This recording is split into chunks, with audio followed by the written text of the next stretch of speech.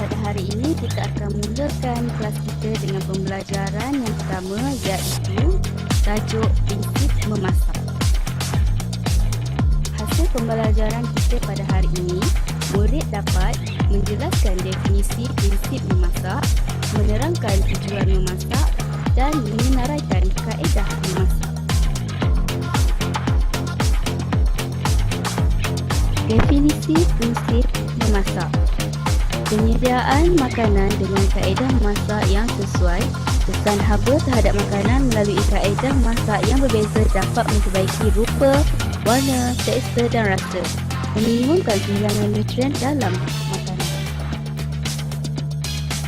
Tujuan memasak: makanan selamat untuk dimakan, memudahkan pencernaan, membaiki rupa dan tekstur makanan, menjadikan makanan lebih menarik dan menyelerakan, mempelbagaikan masakan dan menambah perisa pada makanan.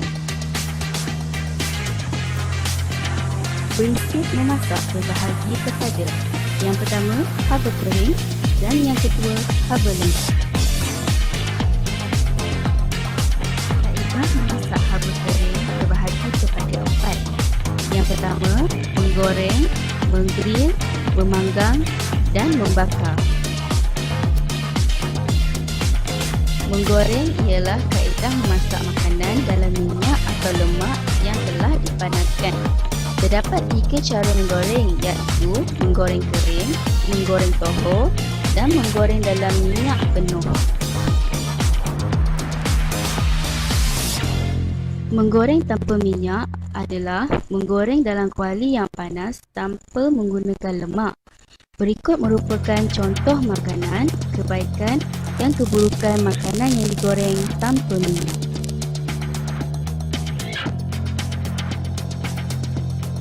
Menggoreng minyak yang penuh bermaksud menggoreng dengan minyak yang meliputi seluruh makanan. Berikut adalah contoh kebaikan, keburukan makanan yang digoreng dengan minyak yang penuh. Menggoreng tohor adalah menggoreng dengan minyak yang meliputi setengah paras makanan.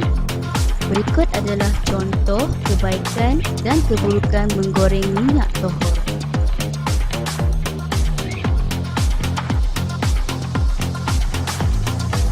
Menggrill ialah kaedah memasak makanan dengan menggunakan api terbuka yang terhasil daripada bara api atau grill dapur atau elektrik. Contoh makanan yang digrill ialah daging ayam, makanan laut, cendawan dan daging lembu. Berikut merupakan contoh makanan yang digrill, kebaikan dan keburukan menggunakan kaedah menggrill. Memanggang adalah kaedah memasak yang menggunakan api terbuka dengan menggunakan arang kayu atau ketuha.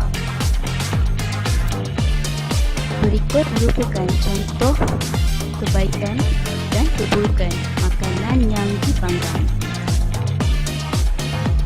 Membakar adalah kaedah memasak menggunakan ketuha elektrik yang panas, ketuha gas atau ketuha yang letak di atas dapur.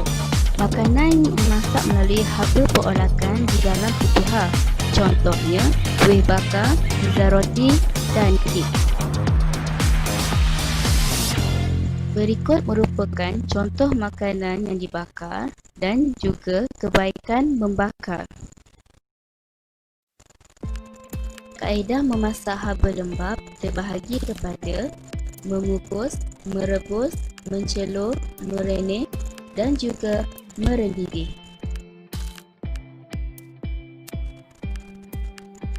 Mengukus ialah memasak menggunakan wap daripada air yang mendidih. Berikut merupakan contoh makanan, kebaikan dan keburukan mengikut kaedah mengukus.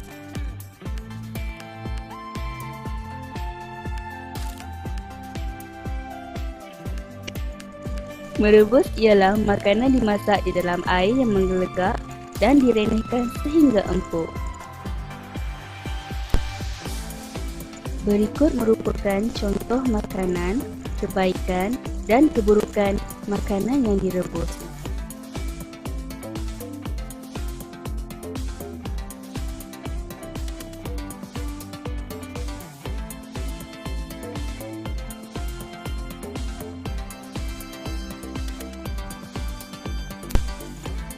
Berikut merupakan contoh makanan, kebaikan dan keburukan makanan yang dicelur.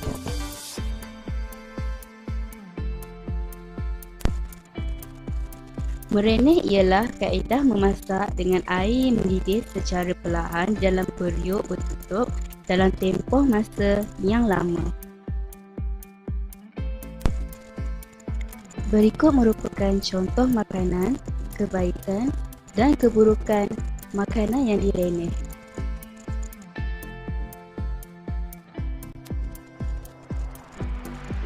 Merendidih ialah makanan yang dimasak di dalam periuk atau kaserol dengan sedikit cecair dengan api yang perlahan.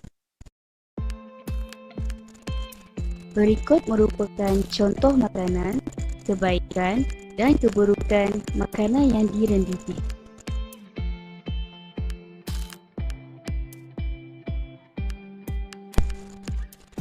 Baiklah murid-murid, sampai di sini sahaja pembelajaran kita mengenai prinsip memasak. Kita akan berjumpa lagi pada kelas amali di minggu hadapan.